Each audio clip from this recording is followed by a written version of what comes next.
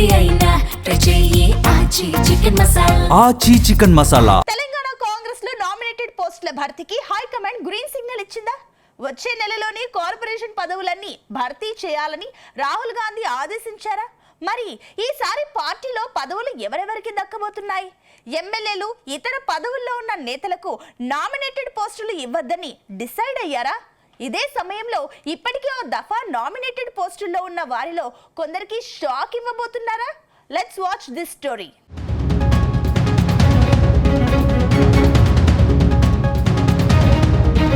తెలంగాణ కాంగ్రెస్ లో నామినేటెడ్ పదవుల భర్తీ ప్రక్రియ ముందుకు సాగడం లేదు. ఈ పదవుల విషయంలో ఒక అడుగు ముందు 6 అడుగులు వెనక్కి అన్నట్టుగా సీన్ మారింది.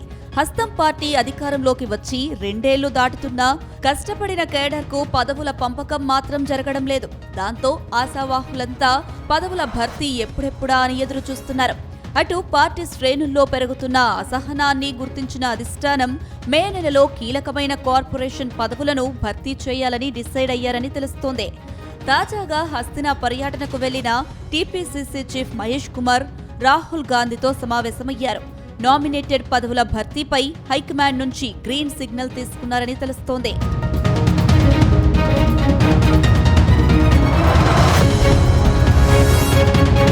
ఈ నేపథ్యంలో వచ్చే నెలలోనే నామినేటెడ్ పదవులు భర్తీ పూర్తి చేయాలని టీపీసీసీ కసరత్తు చేస్తుందట.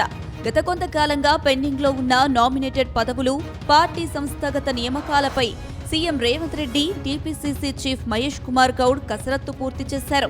ఇందుకోసం ఆశావాహుల నుంచి ప్రత్యేక లిస్టు తయారు చేశారు. ఆ జాబితాను ఏఐసీసీ అగ్రనేత రాహుల్ గాంధీ ఆమోదించినట్లు తెలిసింది. దీంతో మే నెలలోనే పార్టీ, ప్రభుత్వ పదవుల భర్తీ జరగనున్నట్లు పార్టీ వర్గాలు తెలిపాయి.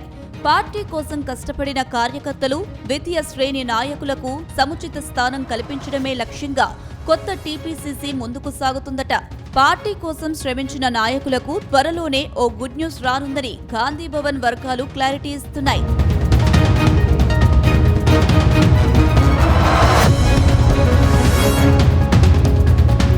ఇక జిల్లాలో పార్టీని మరింత బలోపేతం చేసేందుకు సమర్థులైన నేతలకు జిల్లా కాంగ్రెస్ కమిటీ బాధ్యతలు ఇవ్వనున్నట్లు తెలుస్తుంది. ఇప్పటికే కొన్ని జిల్లాలకు పదవులు దక్కితే మరిన్ని పోస్టులు కొత్త వారికి అవకాశం ఇచ్చే ఛాన్స్ ఉందట. దీంతో పాటు గ్రామ స్థాయి వరకు కేడర్ను యాక్టివేట్ చేసేలా మండల కమిటీలు, బీఎల్ఏ నియామకాలు మే చివరి నాటికి పూర్తి కానున్నాయి. ప్రభుత్వంలోని కార్పొరేషన్ చైర్మన్ పదవులు, ఇతర నామినేటెడ్ పోస్టుల భర్తీపై క్లారిటీ వచ్చింది. ముఖ్యంగా మహిళలకు ఈసారి పెద్దపీట వేయాలని ప్రభుత్వం నిర్ణయించింది. పార్టీ వర్గాల సమాచారం ప్రకారం దాదాపు 20% పైగా పదవులను మహిళా నేతలకు కేటాయించే అవకాశం ఉన్నట్లు చర్చ జరుగుతుంది. దీంతో పాటు SC, ST, BC, minority cells తో పాటు యువజన కాంగ్రెస్, ఎన్ఎస్యుఐ వంటి అనుబంధ సంఘాల్లోకి కూడా కొత్త నాయకులకు అవకాశం కల్పించే ఛాన్స్ ఉన్నట్లు ప్రచారం సాగుతుంది.